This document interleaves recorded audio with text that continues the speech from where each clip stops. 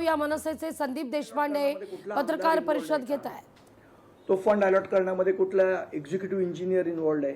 कारण तो एक्झिक्युटिव्ह इंजिनियरचं सरळ नाव घेतोय की एक्झिक्युटिव्ह इंजिनियरचे वेगळे पैसे द्यायचे. कोण कोण अधिकारी, कोण कोण मंत्री किंवा कोण कोण आमदार हा निधी मंजूर करण्यासाठी इन्व्हॉल्ड आहे, या सगळ्यांची चौकशी या माध्यमातून झाली पाहिजे.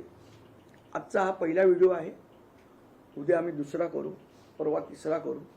जोपर्यंत शासन याच्यावर दखल घेत नाही तोपर्यंत आम्ही हे प्रकरण बाहेर काढत राहू आणि सरकारला प्रश्न विचारत राहू. आपण पाहिलं असेल तर पीडब्ल्यूडी गटामध्ये आधीपासूनच अनेक वेळा अशा गोष्टी समोर आल्या, पण आता यावेळी जर आपण पाहिलं तर नवीन पद्धत चालू झाली की सुरुवातीपासूनच कुठेतरी पैसे द्यायचे आणि ते पण उघडपणे दालनामध्येच. तर ह्याकडे आता हा तो जो व्हिडिओ आहे तो दालनाचाच व्हिडिओ आहे, त्याच्या ऑफिसचाच व्हिडिओ आहे. आणि आपण बघतोय की किती निर्लज्जपणे, किती ओपनपणे हे पैसे घेतले. पहिले लोकांना एक भीती असायची, शरम असायची, कुठेतरी कोपऱ्यात नेऊन पैसे घ्यायचे. आता तेही राहिले नाही आणि ऑफिसच्या ड्रॉवरमध्ये पैसे ठेवले जातात. आणि पीडब्ल्यूडी हा भ्रष्टाचाराचा अड्डा झाला आहे. अनेक कंत्राटदारांनी मला सांगितलं की आम्हाला 20% एक्झिक्युटिव्ह इंजिनियर मागतो. आता आम्ही कामं किती करायची आणि पैसे किती द्यायचे, आणि जो जास्ती बोली लावेल त्याचे पेमेंट काढली जातात, बाकीच्यांची पेमेंट काढली जात नाही. कारण शासन सांगतं की निधी कमी आहे. मग निधी जर कमी असेल तर तुम्ही कामं करून का घेताय लोकांकडे? आणि फक्त बऱ्याचशा योजना या कागदावर आहेत, प्रत्यक्षात काम होत नाही. मुख्यमंत्री तर म्हणतात की सरकार अडचणीत आहे. मग हे असे पैसे जर लोकांचे वाया जाणार असेल तर मग त्या पैशाचा अर्थ काय? मुळात प्रश्न हाच उठतो, तुम्ही असं तुमच्या एक्सपोजमध्ये म्हटलं की योजनांसाठी पैसा नाही, मात्र इकडे पैसा झिरपला जातो असं मला वाटतं. आणि या झिरपल्यामुळेच योजनांसाठी पैसा महाराष्ट्रात नाही असं मला वाटतं. निश्चित मला असं वाटतं हे एका खात्याचं आपण बघतोय, हे आपल्याकडे आलेले पुरावे आहेत. असं किती खात्यांमध्ये चाललंय. आणि पीडब्ल्यूडी इथं भ्रष्टाचाराचा महासागर झालेला आहे. आज ही परिस्थिती मी तुम्हाला दाखवली, ही मुंबईतली आहे. पण अशीच परिस्थिती तुम्ही ऑल ओव्हर महाराष्ट्र कुठेही गेलात तरी सार्वजनिक बांधकाम खात्यात हीच परिस्थिती आहे. कामं ॲडव्हान्समध्ये केली जातात आणि मग मंजुरीला जातात.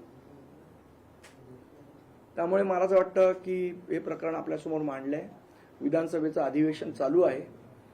मला त्याच्यावर आमच्या जे सन्माननीय आमदार निवडून गेलेले आहेत त्यांनी चर्चा करणं आवश्यक आहे.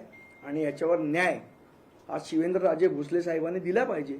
शेवट आम्ही त्यांना छत्रपतींचे वंशज मानतो. त्यांच्या खात्याकडनं ही अपेक्षा आम्हाला निश्चित नाही. तुम्ही जो व्हिडिओ पोस्ट केलेला आहे या शाखा अभियंत्याचं नाव आणि सगळ्यात महत्त्वाचं की हे वरळीतलं प्रकरण आहे, त्याच्यामुळे आता विधिमंडळाचं अधिवेशन सुरू आहे. आदित्य ठाकरेंकडनं तुम्ही ही अपेक्षा व्यक्त करा? निश्चित कुठले आमदार असो त्यांनी हा प्रकरण उचललं पाहिजे. हे वरळी आणि हाफकिन इन्स्टिट्यूटची इथली जी शाखा आहे सार्वजनिक बांधकाम तिथला हा व्हिडिओ आहे. त्याचं अभियंत्याचं नाव मला वाटतं विनोद धुमाळ आहे. तर चौकशी करावी ही अपेक्षा आहे.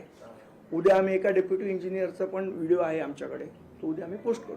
संदीपजी, तुम्ही ज्या पद्धतीने सगळे व्हिडिओ दाखवताय, महेंद्र दळवींचा एक व्हिडिओ तसंच अंबादास दानवेने दाखवला. एकीकडे तुम्ही हा व्हिडिओ दाखवला, निधीसाठी पैसे अपुरे, दुसरीकडे अधिवेशन सुरू आहे. पहिल्याच दिवशी 75 कोटींच्या पुरवण्या मागण्या. या पुरवण्या मागण्या कशासाठी आहेत? हाच निधी टाकायचा आणि यातनंच पैसे खायचे, याच्यासाठी ज्या पुरवण्या मागण्या आहेत ना, दुसऱ्या कशासाठी आहे? जर सरकार पुरवण्या मागण्या करते 75 लोकशाही मराठी ऐका, पहा, जागरूक रहा.